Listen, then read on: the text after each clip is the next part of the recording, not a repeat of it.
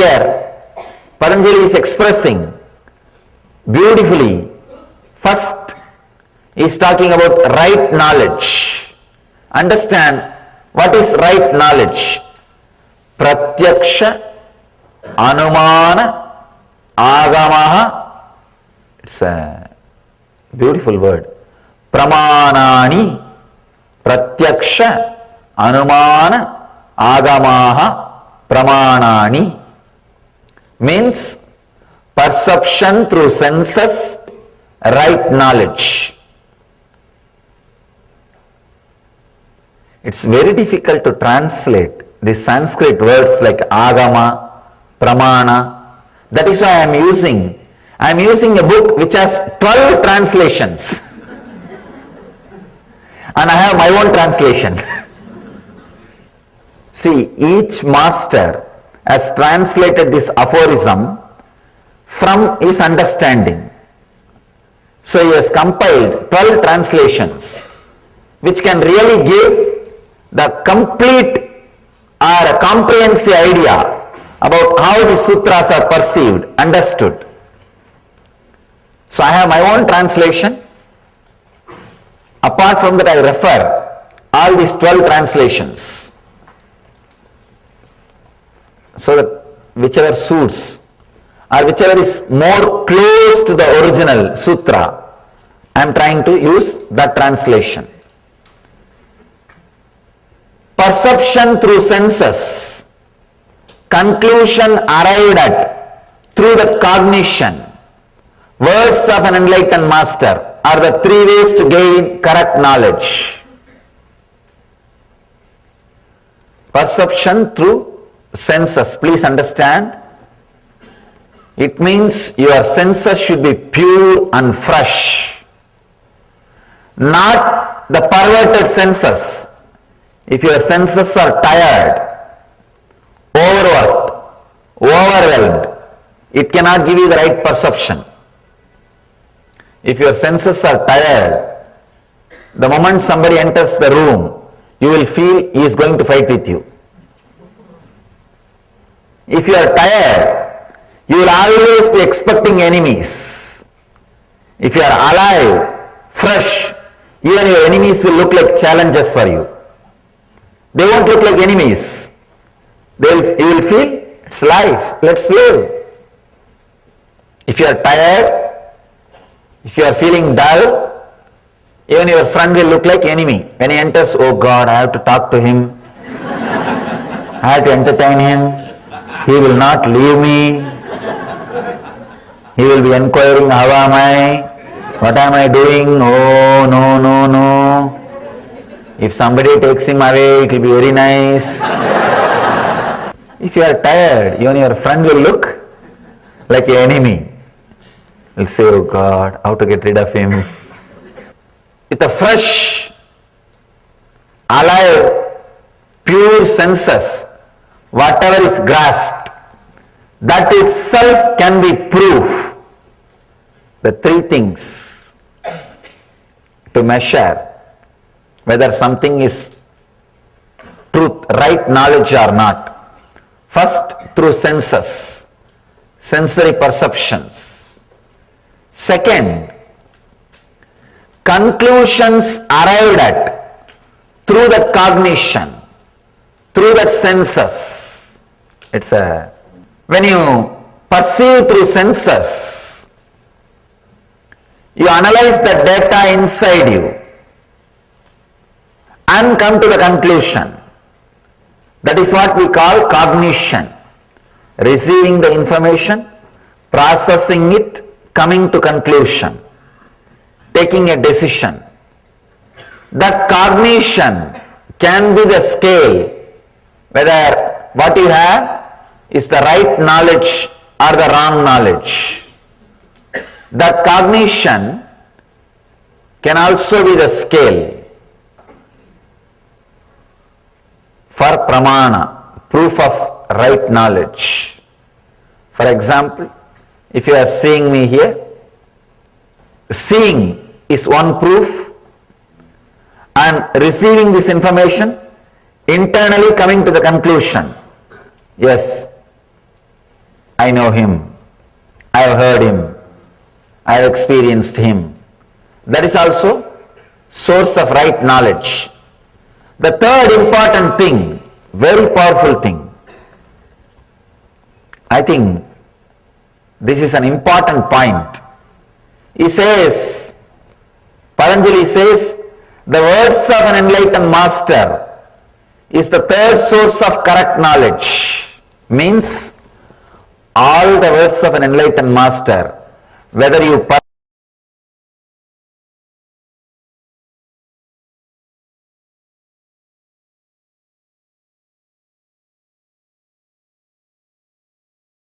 the next technical term in this verse, internal organ of perception. I just started defining few words. Emotion, the energy which gets converted as excitement and makes the motion happen in you is emotion. Joy, the small vacation you give for yourself after continuous natural torture you do to yourself. Pain, the payment you give for being in is pain. First, like when you learn any subject, how you are given a dictionary. When you learn English, you are given English dictionary. When you learn Tamil, you are given a Tamil dictionary. When you learn Sanskrit, you are given a Sanskrit dictionary. Same way, when you learn life, you should be given life dictionary. Where is life dictionary? Internal organ of perception is the spark came out of your life source, making organs alive and perceive, process information. Understand this example. A heap of rice after digestion.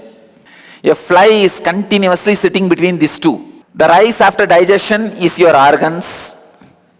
The heap of rice is your self, means the cosmic self, life source. This bee which is moving continuously makes this heap of rice after digestion feel it has life. That is internal organ of perception. Because this fly is moving so fast between these two, this heap also starts feeling, I am also alive. I am also being eaten by somebody.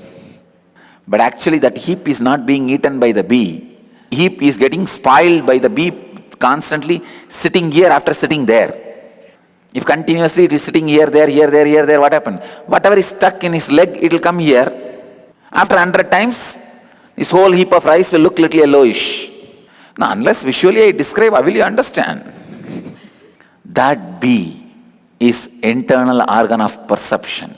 What we call chakshu, when it sits on the eyes. We call it shrotra, when it sits on the ears. We call it grana, when it sits on the nose. We call it sparsha, when the bee sits on the touch. Chakshu, shrotra, jihva. We call it jihva, when it sits on the mouth. That is internal organ of perception. And the intelligence, this is a key term. Intelligence is constantly remembering the internal organ of perception does not have individual existence even though it claims to be having, is intelligence. Knowing that the feeling of your doership is not a solid experience, it is a simple When you know this, you will always carry the light mood in the life. The energy circuit. That energy circuit gets alive when your whole body laughs, when you are just laughing. The fellows who are laughing around will not be fooling around. If you are fooling around, you will not be able to be laughing around. Intelligence is the non-trust on the internal organ of perception, not trusting the internal organ of perception as the ultimate minister, advisor, counselor, not trusting the advice, counseling given to you by the internal organ of perception as ultimate is intelligence. Now, I have given you the definition of all the three technical terms. Understand the sacred secret from this verse. Sense organs, the internal organ of perception, and the intelligence are said to be the seat of this insatiable, all-consuming desire.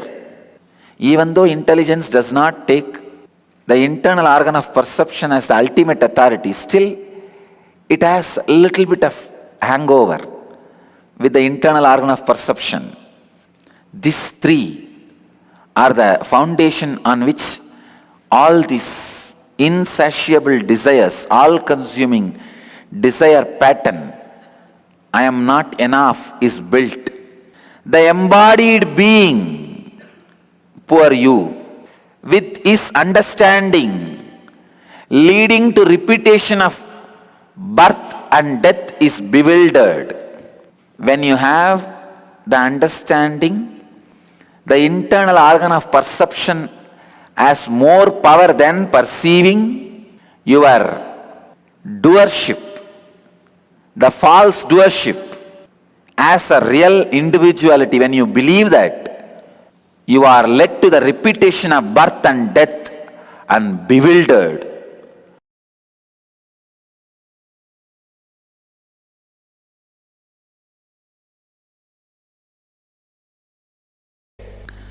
Perceptions of 9 holes should not be the decision-making factor in your life. They can be entertainment factor, nothing wrong. So sweet, entertainment factor. I know one fool married to one girl just because she can prepare certain sweet. No, really. You could have married to a maid. Or you could have just got one maid to do that sweet for you. No, people make decisions you don't know. People make major decisions by these 9 hole patterns. Don't do. All 9 hole pattern based decisions can be entertainment. Make entertainment decision, no problem. They are entertaining, great. But if you make major decisions based on entertainment data, then life is going to be entrainment. If a sweet is nice, then try to eat as much as you want, or see to it every day you get the sweet. Don't make the decision of marrying that person just because that person can make the sweet. Same way, in your life, if you look in all your major decisions, what kind of job you want to settle, whom you want to marry, what kind of house you want to live, how you want to accumulate wealth, how you want to spend your money, how you want to live, what is your life's major decision, what is your driving force. Look into everything. Unfortunately, it's like a patterns of the sense objects, 9 holes, they have the strength to make entertainment decisions of your life. For example, if you are feeling tired, bored, not enthusiastic, then have some music which will bring you back to enthusiasm. Have some sweet which will make life little tasty. Have some smell which excites you. So all those sense-based decisions are entertainment decisions. But unfortunately, you make life decisions based on that entertainment input. This is like just because you like the smell of the flight, you decide to buy your own flight, and whole life you are flying this side to that side to this side of the world. If that smell of the flight You are enjoying, get that perfume and put it in your room. Make entertainment decision based on that pattern. When you make major decisions out of sense pattern, you are called fool. Every year, one day is dedicated for you, April 1st. I wanted to give 101 definition of fool. When you make the decision of major decisions of your life based on the ordinary senses inputs, which is worthy of only entertainment decision, you are fool. What's other 107? Just yes, same, that's all. See how many of your major decisions in the life you are taking. It is like you are asking what to do in your life. The joker in the circus, he can entertain you for 1 hour. You go and tell, wow, nobody gave me so much of joy like you for last 1 hour. It will be nice. I would like to marry you and live for you. No.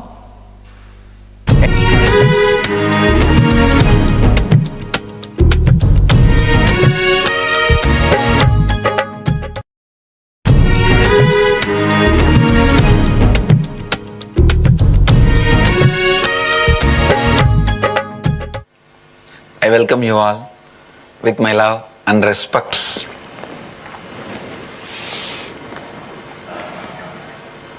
Today I will expand on need for the enlightened being. People ask me, why do we need Guru, especially in the modern age where everything is available? You need to know, Google may have all answers, but it may not be able to give you all answers. Please understand, having is different, giving is different. Google may have all answers, but it will not be able to give you all answers. Even in the Google age, you need a living enlightened being.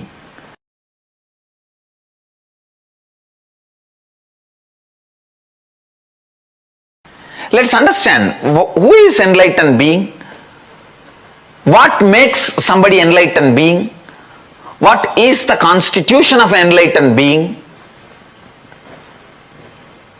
Enlightened being is a person who is literally enlightened in his very core. His very cognition is built on the highest possibility, knowledge, truth, clarity.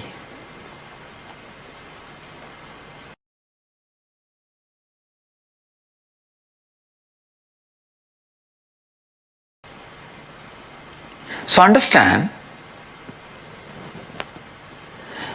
if somebody intellectually understands the spiritual truths about life, he will be able to give you an intellectual understanding.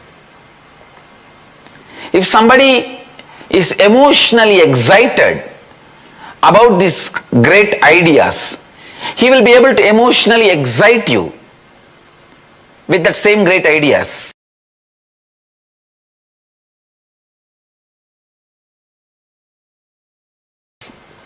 But only if somebody is enlightened, somebody's being, the core being, cognition is established in these great ideas, he will be able to transmit that experience to you.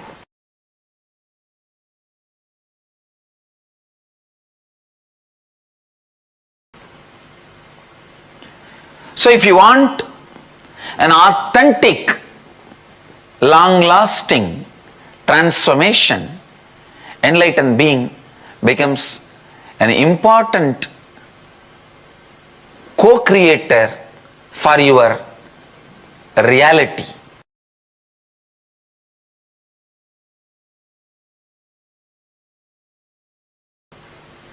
Please understand, when an enlightened master is a co-creator for your reality, you don't waste your time in trial and error processes.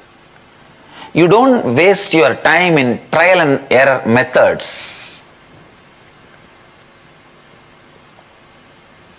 You don't unnecessarily waste your time in long journeys.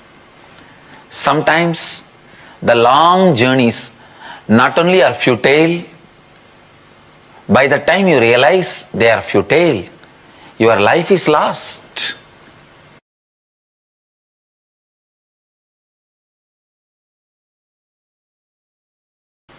The precious, very important,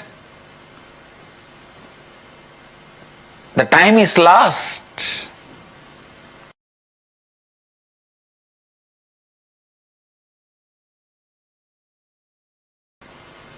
So enlightened being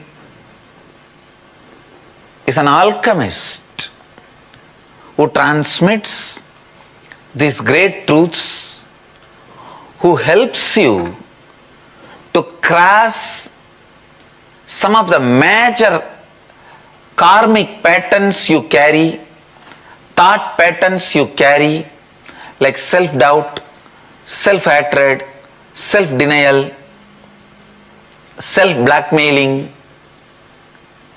See, all these subtle patterns you can cross only with the help of a person who himself has crossed, who himself has gone through all possible situations, all possible impediments, all possible ups and downs, who himself has gone through and rewritten his future.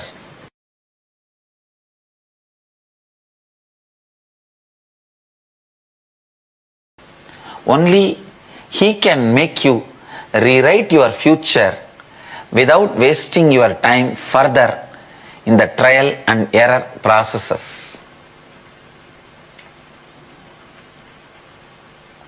And rewriting your future also needs certain loving, caring, a mystical ambience where your innermost being is able to relax and open up without being scared of opening up, without being in the fear of being vulnerable.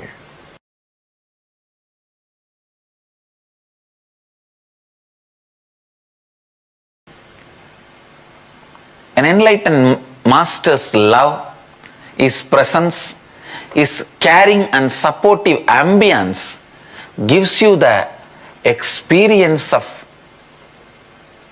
ability to open up, ability to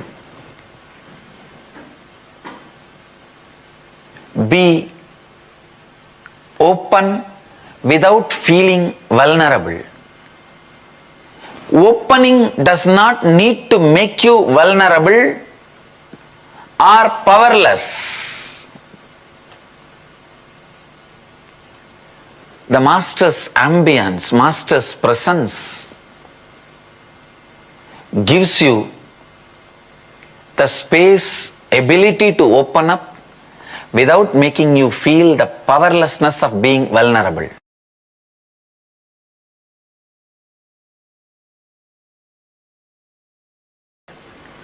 Sometimes people ask me, how can you say an enlightened being has gone through all the situations of life? You are not married, you don't have a job, you don't have to maintain a relationship, Please understand, when somebody gets a cancer and goes to a doctor, it is not that only if the doctor also had a cancer and cured himself, he can do surgery on you or chemotherapy or give you the medical care and cure you and heal you. No. If he has mastered the science, he can heal you, cure you. Understand, an enlightened being in a way goes through the whole circuit of human mind and body. In his being, all the possibilities are awakened and he goes through. That is why I am saying it is equivalent to going through everything in the life. He can solve every situation, every difficulty.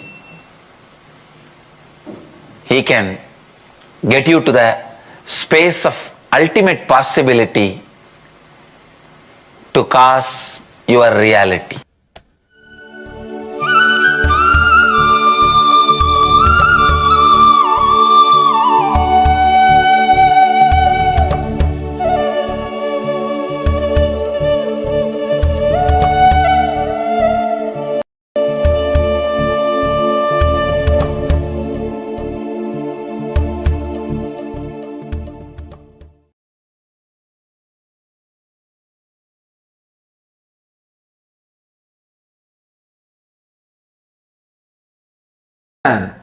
Don't start rumors.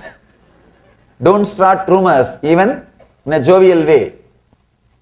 You will be caught by your own rumors. You will be caught by your own words. The words which you create, I have seen many times. People casually create simple words.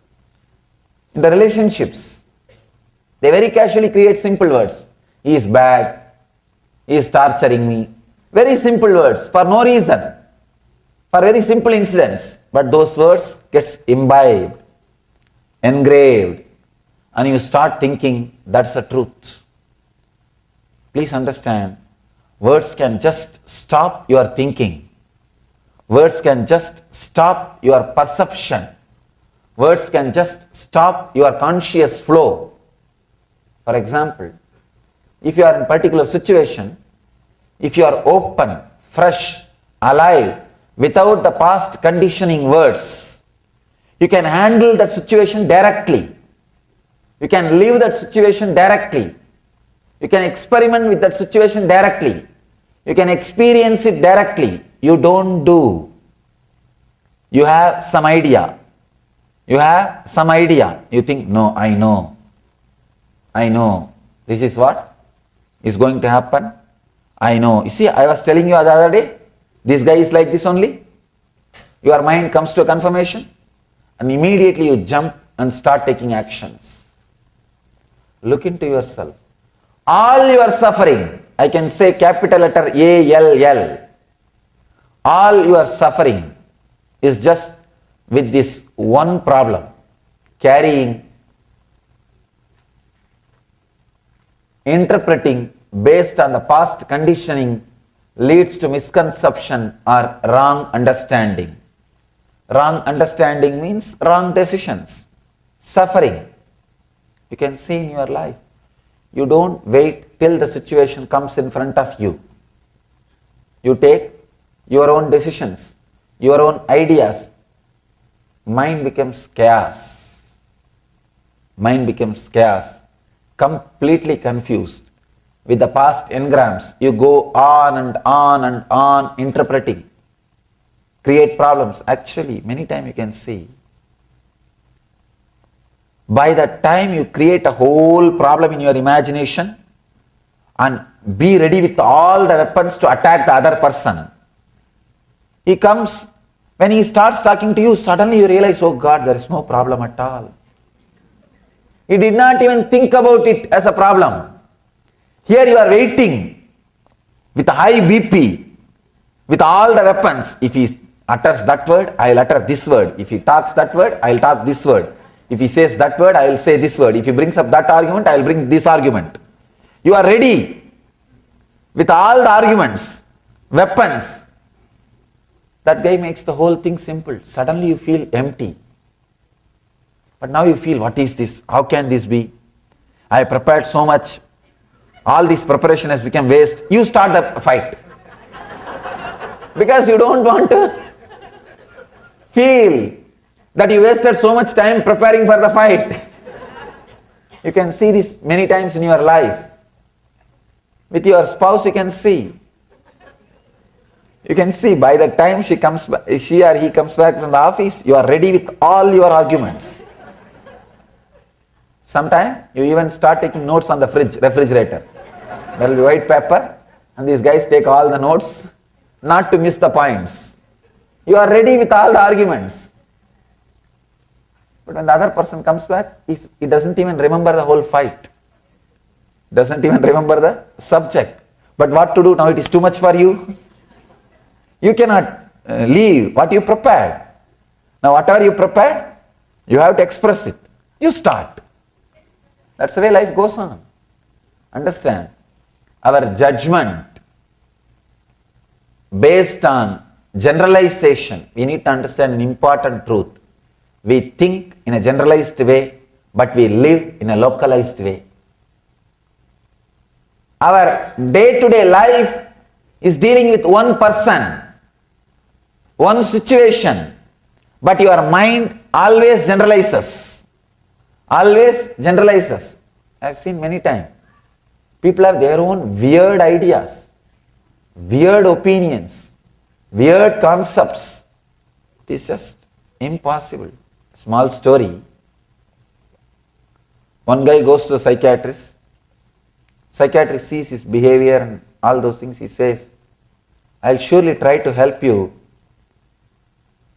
I think you have a problem that you are thinking you are a dog.